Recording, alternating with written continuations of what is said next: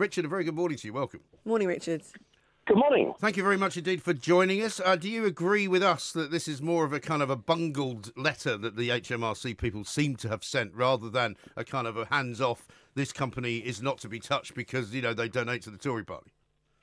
No, I don't agree with you. Really? I think yes and no, I don't at all. And I don't agree with the analysis that actually they should have even issued a warning not to look at this company. Why? You know, let's be clear, this is a company whose accounts were qualified by KPMG, the auditors, who then resigned on the basis that it did not maintain proper books and records, or they could not be sure it had maintained proper books and records. They could not form an audit opinion. They could not verify the assets and liabilities of the company. Yet there is the strongest possible public signal that there is something wrong with this company. And HMRC, frankly, should have been in there themselves on that basis. I mean, I'm a chartered accountant. I'm also now a professor of political economy. But I've done tax investigations, and I can assure you that should have been the strongest signal that HMRC should have been, frankly, more robust itself. Yes. Remember, they are also undertaking a tax investigation of Lycamobile. It's well reported. It's been in the media. They are being investigated about the AT. There are plenty of reports on that issue. So it's not as though HMRC did not know there was an issue to investigate. In which case, why were they then saying to another country, back off? Well, there must have been a reason. And the reason was either they did not want that other country querying their pitch for their own investigation. That's unacceptable. If the other country was going to follow the right procedures and make the right applications, and there are, of course, protocols for this and things to follow, if they'd done that, then HMRC should have cooperated. And there was absolutely no way on earth that the question of whether they had donated to the Conservative Party should ever have been a consideration whatsoever with regard to that investigation. It's utterly unacceptable for HMRC to have even taken that into account. Well, that's the whole point in the argument, because some of those questions we don't know the answers to. We don't know the answer to whether or not they wanted to have their dirty paws all over this company themselves, HMRC, and they wouldn't want the French to get involved. But hang on a minute, it's a multinational company. If another tax authority wants to ask a question...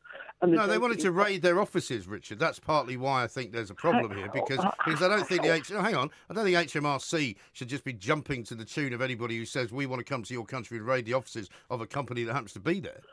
No, of course not. So we shouldn't be jumping to that, should we? No, hang on a minute. There are procedures to follow before, of course, that happens. Right. But we do actually take part in multinational agreements for cooperation on tax affairs. And one of those things that follows from those agreements, and they are now well documented and well known and well established, is that if there is evidence, then it is perfectly possible for HMRC to assist another tax authority by going to a company's premises to seek to obtain information that could not be secured in any other way. So there is a perfectly acceptable procedure in place. Now, HMRC could have written back and said, you haven't followed the protocol. You haven't provided us with the evidence you need. You have not made a case for us investigating. Well, they did write to the French authorities. Right, hang on. They did write to the French authorities and offer to meet a French judge to explain the reasons why they didn't feel that a raid was appropriate. That's absolutely fine, but they did not need to say in any shape or form that this might have a political aspect to it. No, but I don't think they were saying it as. I don't think, honestly, Richard, I just don't think. Sorry, go on. Although I've seen what, and I've heard you repeat it only a few minutes ago on air, what HMRC said. And I believe that was utterly and completely inappropriate to have been written. No, indeed, and you're very welcome to have that view. I disagree with you only on the basis that I think they're trying to kind of create what would appear to be their description of this company. So what they're trying to say to the French is that, you know, if you want to come after these people, you better be prepared for quite a big fight because of these kind of contextual issues, which we're putting onto the record for you. I think it's very clumsy. I think it's very clumsy, but I don't think it's anything more than that. But hang on a minute. Any large company who is subject to a raid on their offices will object. Any large company will say this is inappropriate. Any large company will seek to challenge the tax authority's right to secure information. But what he's highlighting is that there's an impact here that's wider than they may know about. The point is, Richard, I've been at the heart of government, and I can tell you, if there was a cover-up on this, and a company was told, or another country was told not to investigate a company, we would have had our lines slickly worked out. We would have been properly on the back foot, ready to go with our PR plan over it, because there was a smell of a cover-up. This is incompetence. This isn't cover-up, in my opinion. Look, it may be incompetent, but it reflects a reality, which is that there is a belief that there are certain people that HMRC are not going to go near on the basis of certain actions that those companies have undertaken. And I believe that is true. I believe that there is actually a bias in HMRC, and I think a very large number of accountants and others would agree with me that this is the case, that there are some people who are untouchable because it's very clear that there is an instruction or a belief that politics does not allow those companies. And if they were untouchable, Richard, why would HMRC be going after them for a VAT investigation right now? Your argument doesn't make sense. I'm sorry, to say my argument does not make sense is completely illogical. And what I'm saying is that HMRC are making a dispute, but the French have a totally different dispute, and HMRC... Well, how is the French... Well, what are the French doing now, currently, Richard, as far as the investigation that they were involved in last year? Where has that gone? I don't know. I can't answer that question. I'm not an expert on what the French are doing on their investigation. I'm commenting on this letter and saying it shows clear political bias by HMRC.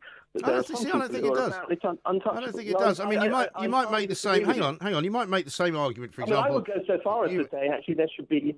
I put it on my blog this morning. If this is evidenced, I actually think this is a case of clear corruption, and I think it should be... well, I'm very glad that you think it's a case of corruption, Richard, but hang on a second. Yeah. I wasn't aware that you were the sole arbiter of whether corruption was going on. I'm not offering you an opinion. All right, well, calm down, Richard. For God's sake, man, just take it easy.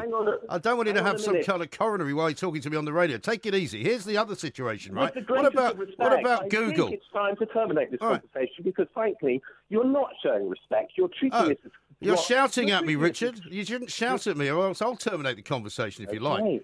Why don't you answer the questions that I'm asking you instead? Google, for example. I have answered your question. No, well, I'm asking you another question. Well, I'm going to ask you another question, okay? What about Google, who pay hardly any tax in this country, who have done deals with HMRC in the past, many of which nobody in this country would have been in support of, but it had nothing to do with the fact that they were donating to the Tory party. It was everything to do with the fact that they are able to set their own tax rates, purely and simply because they are a massive multinational. Now, that's got nothing to do with corruption. It's got to do with, for me, bad practice at HMRC.